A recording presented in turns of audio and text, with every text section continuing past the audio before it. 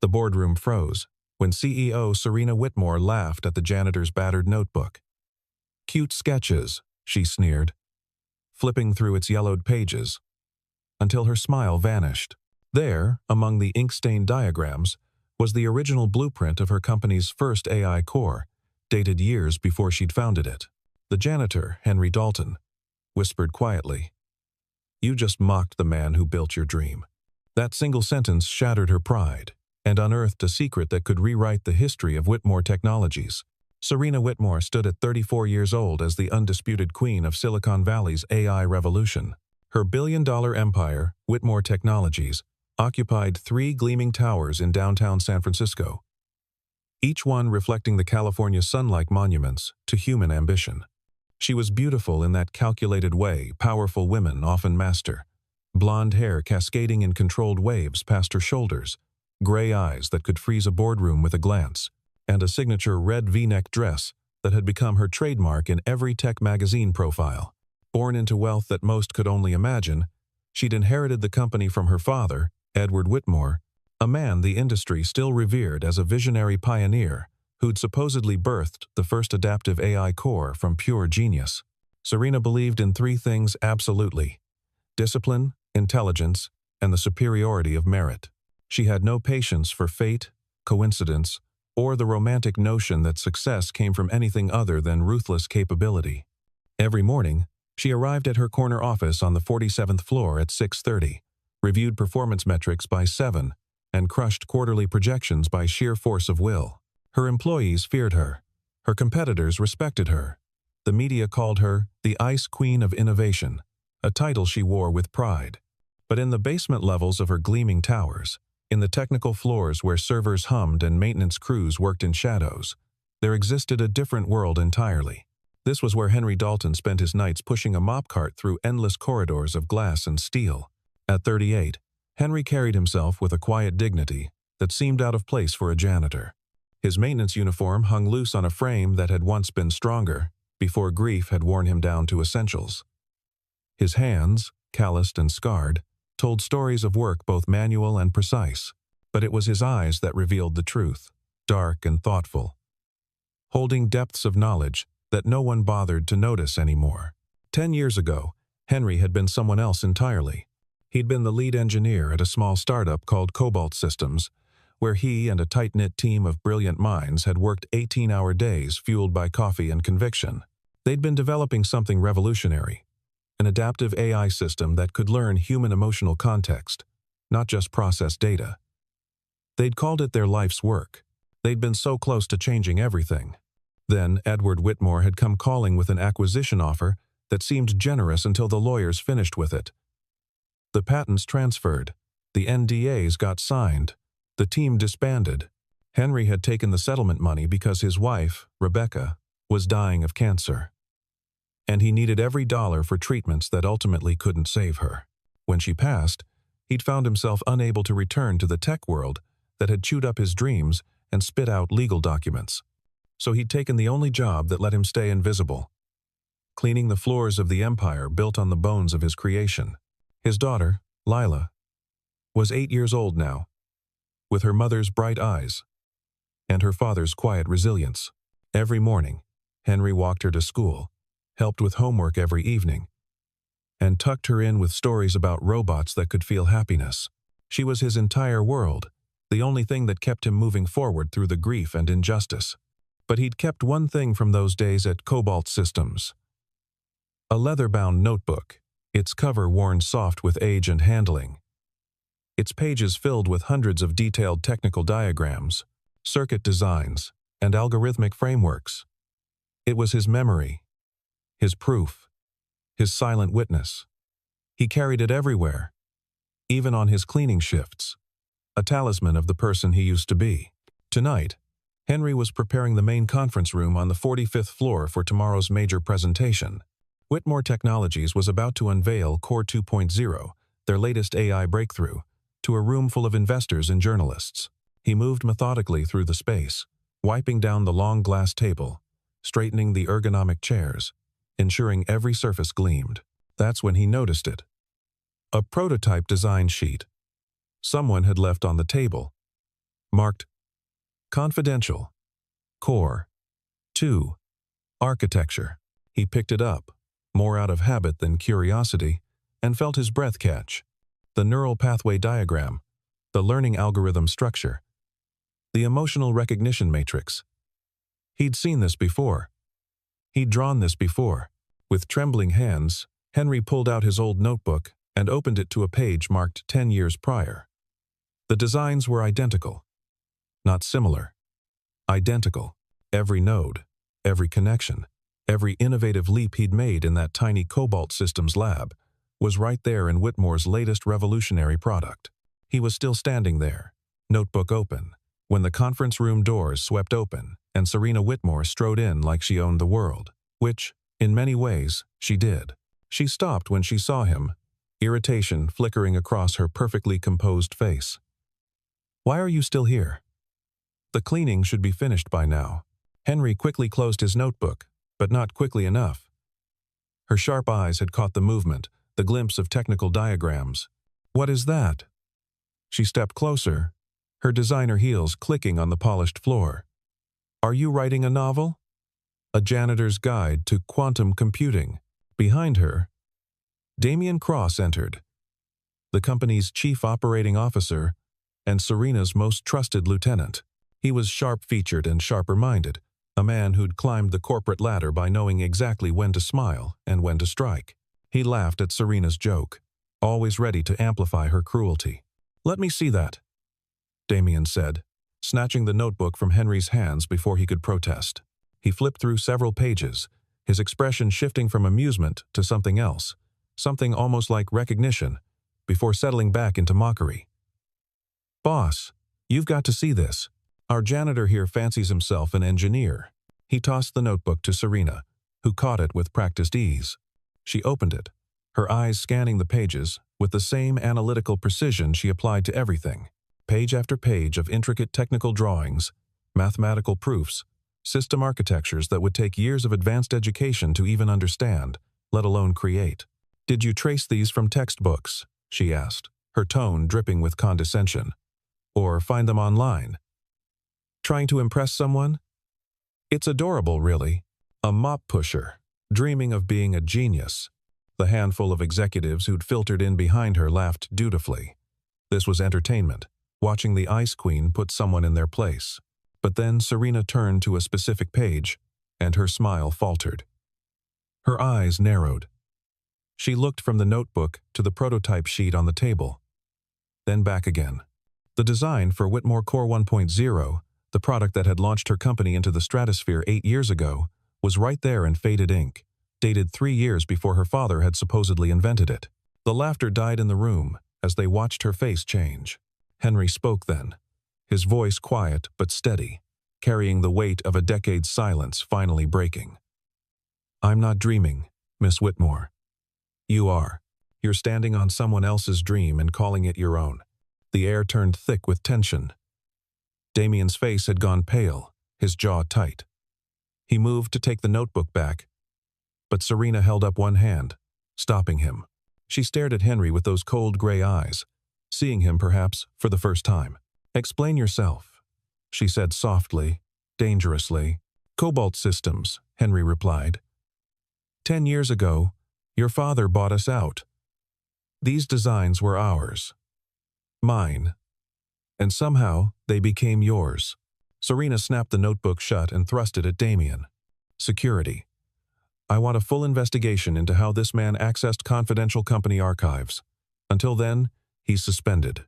"Miss Whitmore, I never accessed anything. These are my original. Get out." Her voice cut like ice. "Before I have you arrested for industrial espionage." Henry looked at her for a long moment, then carefully took his notebook back from Damian's reluctant grip. He walked to his cleaning cart, gathered his things, and left without another word. But his dignity remained intact, a quiet rebuke to everyone in that room who'd laughed. After he was gone, Serena stood there, the prototype design still in her hand, her mind racing with implications she didn't want to face. The memory surfaced unbidden as Serena tried to sleep that night in her downtown penthouse. She was 12 years old, sitting in her father's study while he worked late. She'd asked him where ideas came from, how he invented such amazing things. He'd smiled and said something she'd never forgotten. "The best ideas, sweetheart, are the ones you recognize as valuable when you see them. A true genius knows what to keep." At the time, she'd thought he meant recognizing opportunity, having vision. Now, lying awake at 3 in the morning, she wondered if he'd meant something else entirely. She couldn't stop thinking about that notebook, about the dates on those pages, about Henry Dalton's steady gaze when he'd called her a dreamer. She'd built her entire identity on being her father's daughter, on continuing his legacy of innovation. What if that legacy was built on theft? At dawn, still in her silk pajamas, Serena accessed the company's central database from her home computer. She started digging through archived files, going back to the acquisition records from a decade prior. Most companies wouldn't keep such old data. But Whitmore Technologies was meticulous about documentation. It took her 3 hours, but she finally found it. A folder labeled Cobalt Acquisition, Technical Assets. Inside were hundreds of files, most of them engineering documents, prototype designs, research notes, and there, buried in a subfolder marked Engineering Team, Archived, she found a file named HD01. Her hands trembled slightly as she opened it. The file contained a complete technical specification for something called Adaptive Core, dated 11 years ago. The author's metadata was still embedded in the document properties. Henry Dalton, lead engineer, Cobalt Systems. Serena read through the entire document, her expertise allowing her to understand exactly what she was seeing. This wasn't just similar to Whitmore Core 1.0. This was its foundation, its blueprint, its beating heart. Every innovative feature her company had claimed as revolutionary breakthroughs had been mapped out, in detail, by a man who now cleaned her floors. She pulled up more files. Patent applications from Cobalt Systems, transferred to Whitmore ownership. Non-disclosure agreements signed by 6 engineers, including Henry Dalton, with Edward Whitmore's signature on every page as the acquiring party. Settlement payments made to each engineer, modest sums that now seemed almost insulting given what their work had generated in value. And there, in a memo dated just weeks before the acquisition closed, she found an email from Damian Cross, who'd been her father's technical assistant at the time. "All Cobalt engineers have signed the NDAs. The original documents are secured. HD was reluctant, but signed due to personal circumstances. Recommend keeping technical documentation restricted to executive access only." Serena sat back in her chair, feeling the foundation of her world shifting beneath her. Her father hadn't invented adaptive AI. He'd bought it, buried its creators under legal paperwork, and claimed it as his own. And she'd spent 8 years building an empire on that lie. Never knowing, never questioning. The worst part was the pride she'd felt. The speeches she'd given about innovation, about merit, about earned success. She'd looked down on everyone she deemed less capable, less driven, less intelligent. And all along, the man who'd actually created the technology she'd built her reputation on had been invisible to her. Pushing a mop through her hallways, she called her assistant at 7 in the morning, her voice tight. "Get Henry Dalton's employee file. I need his address. And book my schedule for the day. I'm taking personal time." By 8, she was dressed in jeans and a simple sweater, driving across the city in her Tesla, navigating away from the gleaming towers of downtown toward a neighborhood where people worked 2 jobs to make rent. She found Henry's apartment in a modest 4-story building with faded paint and narrow windows. 3rd floor, Unit 12. She knocked, her heart pounding in a way it never did in boardrooms or investor meetings. Henry answered, his expression shifting from surprise to guarded neutrality when he saw who it was. He wore jeans and an old Stanford t-shirt, probably from his engineering days. Behind him, she could see a small but neat apartment, with a child's drawings taped to the walls. "Miss Whitmore," he said evenly, "if you're here to serve me with a lawsuit, you could have just sent it through the mail. I'm not." She stopped, unsure how to proceed. All her executive presence, her commanding authority, felt useless here. "I need to talk to you. May I come in?" He studied her for a long moment, then stepped aside. Lila's at school. You've got until she gets home. The apartment was small, but filled with careful touches. Books organized by color, a tiny kitchen with herb plants on the windowsill, a work table covered in Lila's art projects. On one shelf, she noticed photos of a woman with kind eyes, holding a baby. Henry's wife, she realized. Rebecca. The personal circumstances mentioned in Damien's memo. I found the files, Serena said without preamble. The acquisition records, your original designs, the NDAs, all of it. Henry moved to the kitchenette and started making coffee, his movements precise and controlled. And I need to know the truth.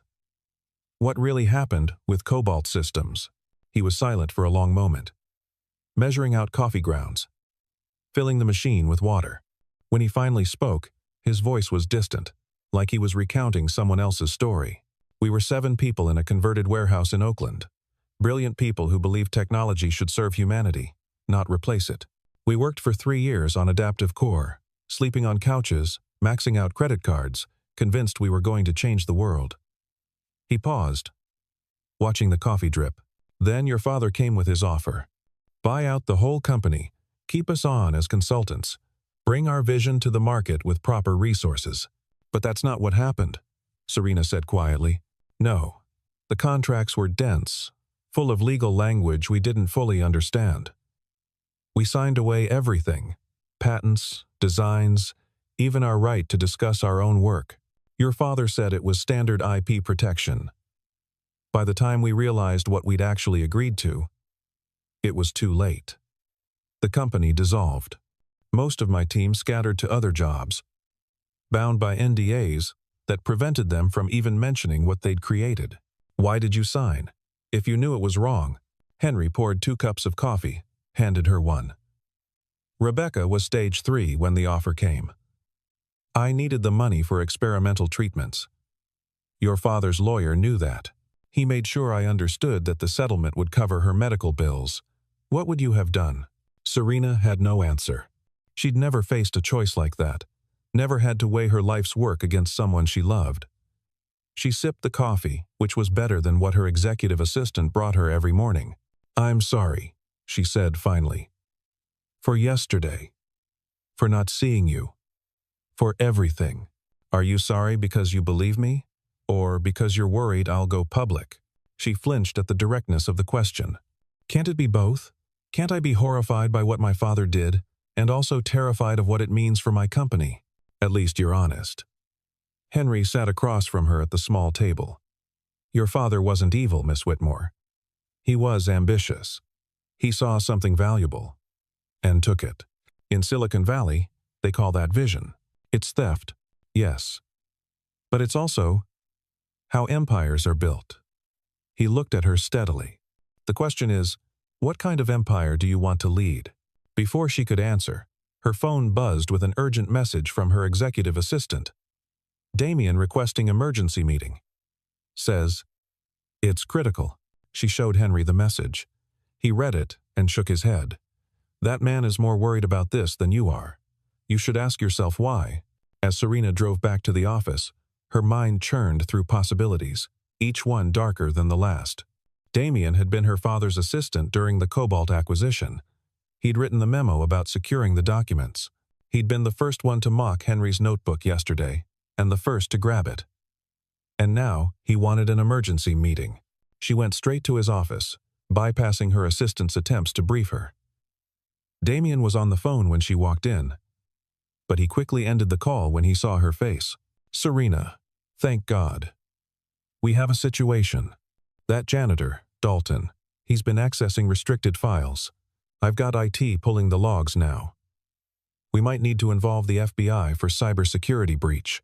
Stop. She closed the door behind her. When exactly did he access these files? The logs show activity from his maintenance credentials late last night. Damien, I suspended him yesterday evening. How would he have accessed anything after that? A flicker of something crossed Damien's face, too quick to identify. Maybe before the suspension took effect. The system sometimes lags. Show me the logs. They're still being compiled. Now, he hesitated, then pulled up a screen on his computer. She leaned over his shoulder, scanning the data. The access timestamps were clear. 10:47 p.m. Multiple entries into the archived Cobalt Systems folder. The same folder she'd accessed from her home that morning. But something was wrong. She pulled out her phone, checked her own access history. She'd logged in at 6:17 a.m. According to these logs, the files had been accessed twice, once at 10:47 p.m. by Henry's credentials, and once at 6:15 a.m. by an anonymous VPN that it had flagged as suspicious, except she'd been the one at 6:15 a.m. From her home. On her personal computer. "These logs are fabricated," she said quietly. "The anonymous VPN at 6:15 was me, Damien. Which means the activity at 10:47 is also fake. Henry couldn't have accessed anything. His credentials were frozen at 6:30 yesterday evening." I checked. Damien's expression shifted, the friendly corporate mask slipping to reveal something colder underneath. "You're defending him? A janitor who's clearly trying to blackmail us?" "No. I'm questioning why my chief operating officer is manufacturing evidence against an employee who might have a legitimate claim to our core technology." The silence stretched between them, charged with implications. "Your father trusted me," Damien said finally, his voice low. "I helped build this company. I protected it, including from the people who would have torn it down with their naive notions about credit and recognition. You knew. You knew the whole time that the adaptive core was Henry's work. I knew that great ideas are worthless without execution. Your father had the vision to see potential and the resources to realize it. Those Cobalt engineers would have stayed in their Oakland warehouse forever, unknown and broke, if he hadn't given their work a platform. He stole from them. He transformed it. There's a difference." Damien stood, his posture defensive now.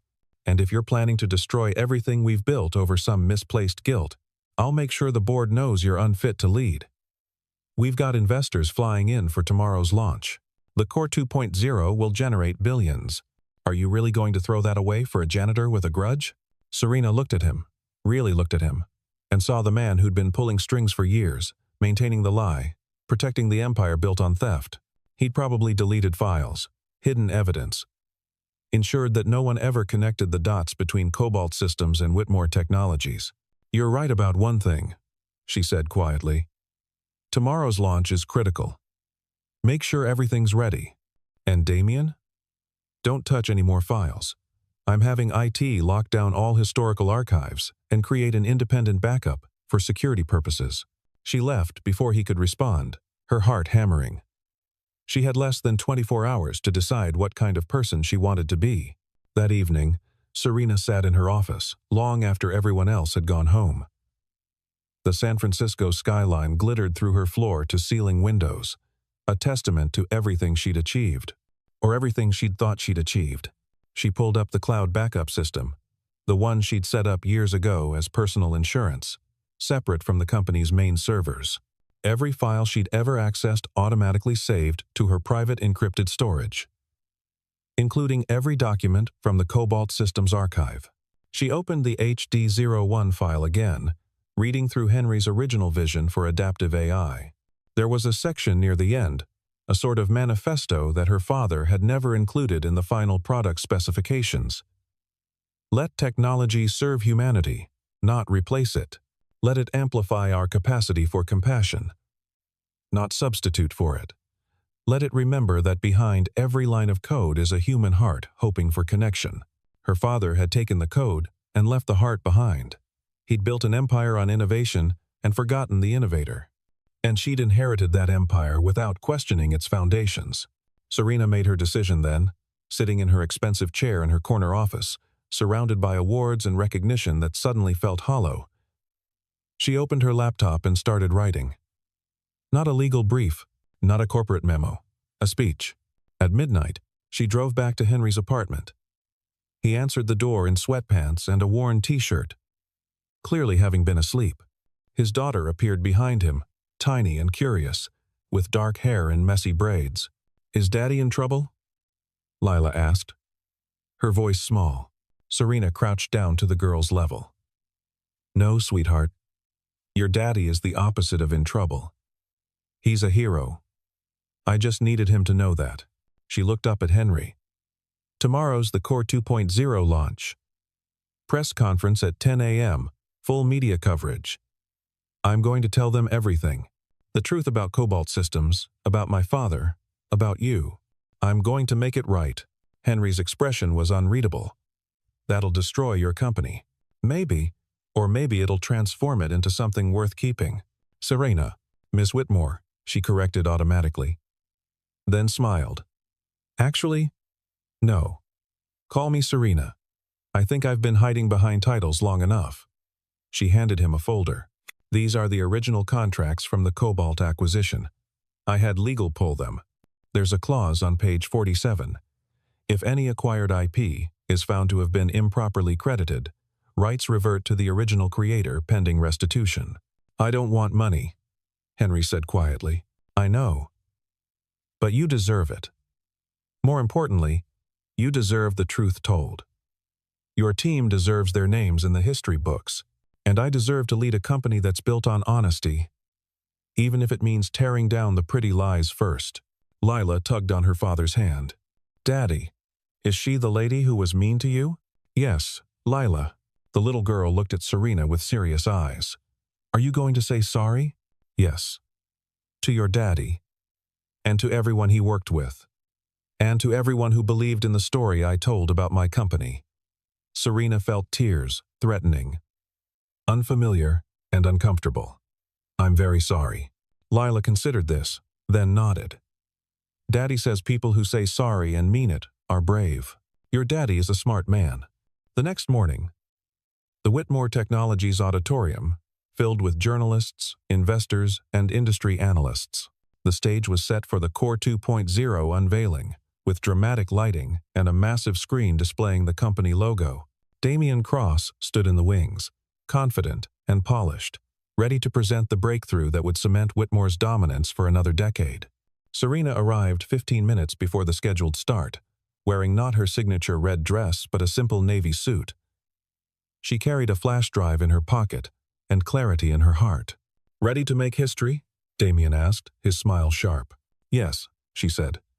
Just not the history you're expecting. Before he could question that, she walked onto the stage. The lights came up. The crowd quieted. Cameras focused. This was the moment every tech CEO dreamed of. The whole industry watching. Waiting to be amazed. Good morning, Serena began, her voice carrying through the auditorium with the authority of years of public speaking. Thank you for coming to what we promised would be the launch of Whitmore Core 2.0, and it will be. But first, I need to tell you a different story. A true story. She clicked to the first slide. Instead of the Core 2.0 logo, the screen showed a photo of 7 people in a small warehouse, young and hopeful, standing around computer equipment. This is Cobalt Systems, circa 10 years ago. 7 engineers who developed something revolutionary. An AI system that could learn human emotional context. They called it Adaptive Core. The audience shifted, confused by the departure from the expected product pitch. This man, she clicked to zoom in on one face in the photo, is Henry Dalton. He was the lead engineer. He spent 3 years of his life, along with his brilliant team, creating something that would change the industry. And then my father bought their company, buried their names under NDAs, and claimed their work as his own innovation. Gasps rippled through the crowd. In the wings, Damian's face had gone white. Every product Whitmore Technologies has launched in the past 8 years is built on the foundation that Henry Dalton and his team created. The Core 1.0 that made us billions? Henry's design. The adaptive learning algorithms we patented. Henry's code.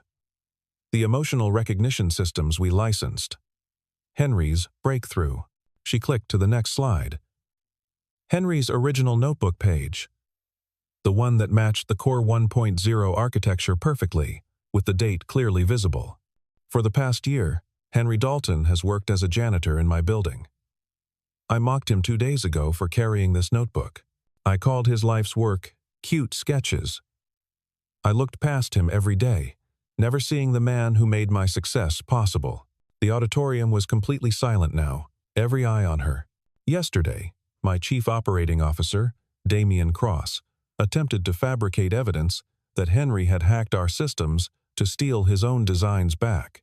He tried to frame the true creator of our technology as a thief to protect the lie we've been living. Damian bolted from the wings, heading for the exit, but security guards were already moving into position. Serena had sent the evidence to the FBI that morning. She'd also forwarded it to the board of directors, the SEC, and her company's legal team.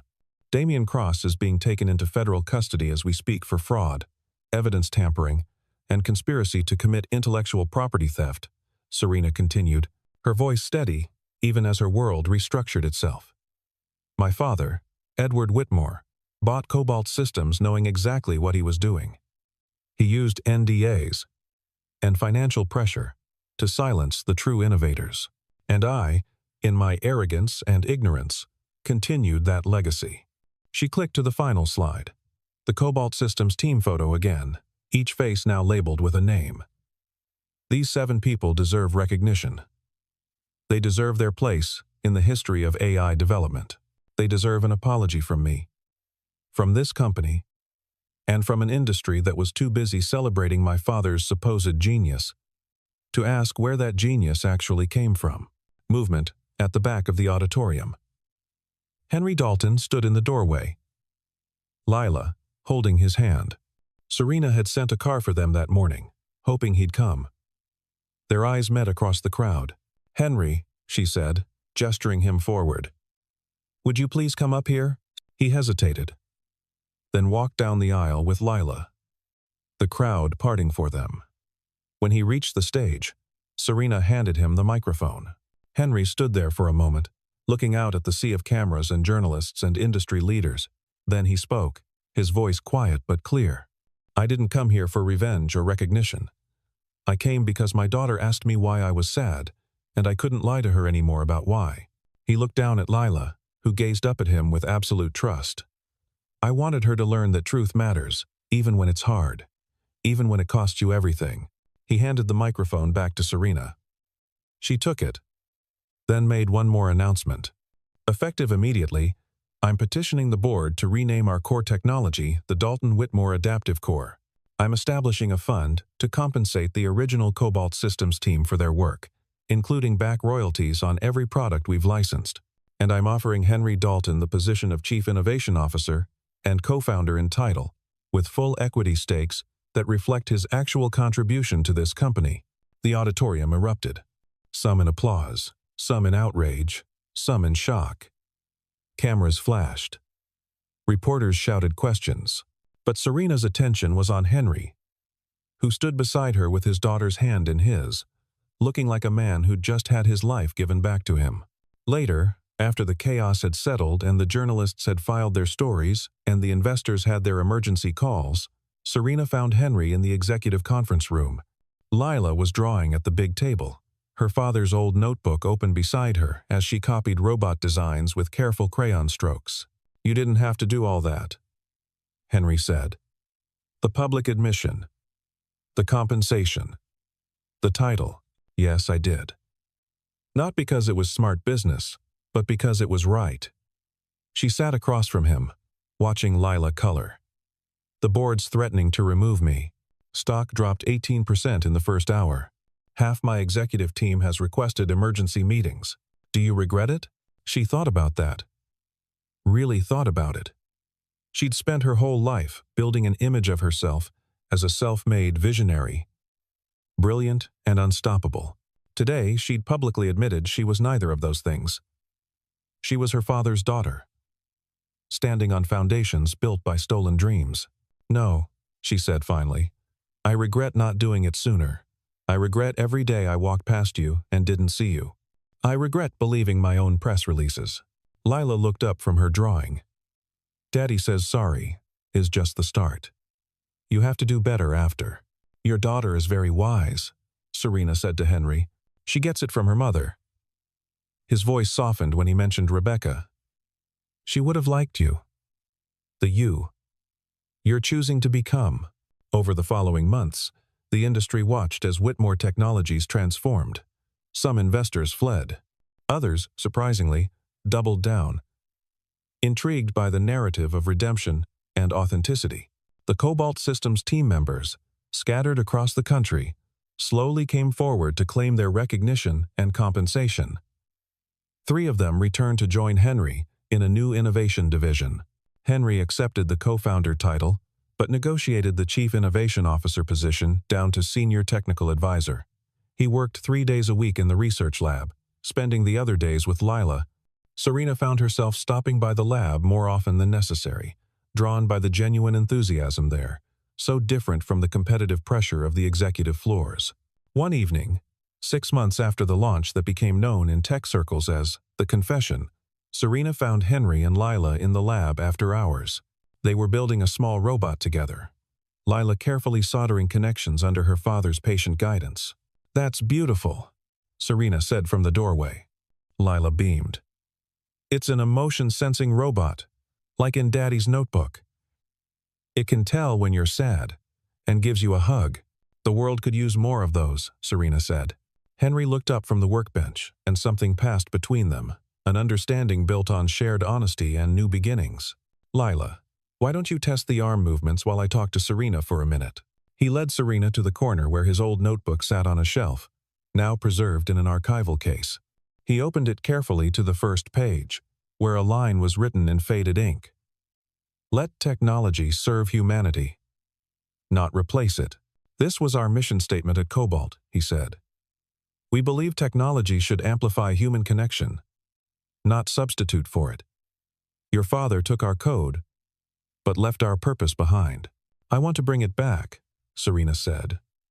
"Not just as a slogan, but as our actual guiding principle.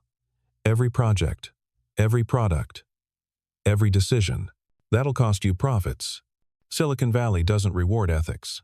Then maybe we need to redefine success." She looked at him, this man she'd once dismissed as invisible. "Help me. Not just with the technology, but with building something that actually matters. Something your daughter can be proud of. Something Rebecca would have wanted to exist in the world." Henry was quiet for a long moment, then nodded. "On one condition. We do it together. Not Whitmore Technologies, with Dalton, as window dressing. Real partnership. Real shared vision. Equal partners," Serena agreed. "In innovation, in leadership, in—" She stopped, suddenly uncertain. "In everything," Henry finished softly. Lila's voice called out from across the lab. "Daddy! Serena! Come see! The robot knows I'm happy." They walked back together to where a small mechanical figure was displaying a digital smile, responding to Lila's delighted laughter with gentle movements. It was a simple creation. Nothing revolutionary, but it represented something profound.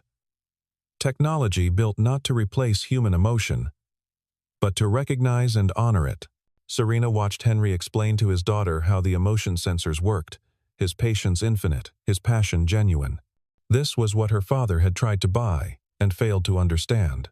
That true innovation comes from people who create not for profit or prestige, but from a desire to make the world more human, more connected, more compassionate. She'd spent years chasing her father's legacy, trying to prove herself worthy of his throne. Now she was building something different, something better. Not an empire of stolen dreams, but a partnership of shared vision. The late afternoon sun slanted through the lab windows, casting long shadows that intermingled on the floor. CEO and engineer, woman and man, future and past reconciling into something wholly new. Above them, the new company logo gleamed on the wall. Dalton, Whitmore Core. Technology that serves. It wasn't perfect. There were still angry investors, skeptical journalists, competitors eager to exploit their moment of vulnerability. But for the first time in her life, Serena felt like she was building something real, something that wouldn't crumble when examined too closely. "Thank you," she said quietly to Henry. He understood she wasn't just thanking him for the technology, or the forgiveness, or the partnership.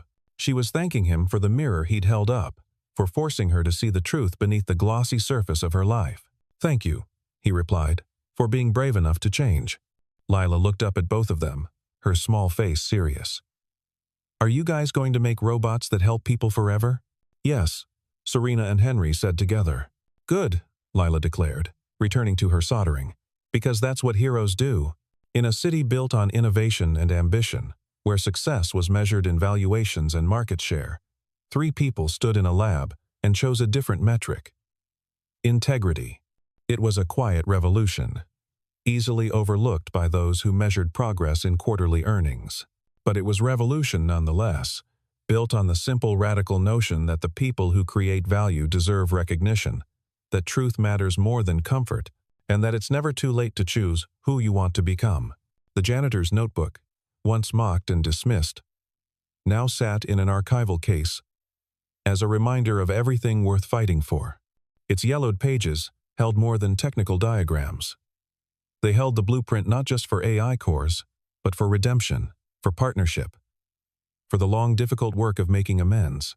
And in that lab, as evening deepened into night, and a small robot learned to recognize joy, 3 people worked together to prove that sometimes the most advanced technology of all is simple human decency, finally given its proper place in the machine.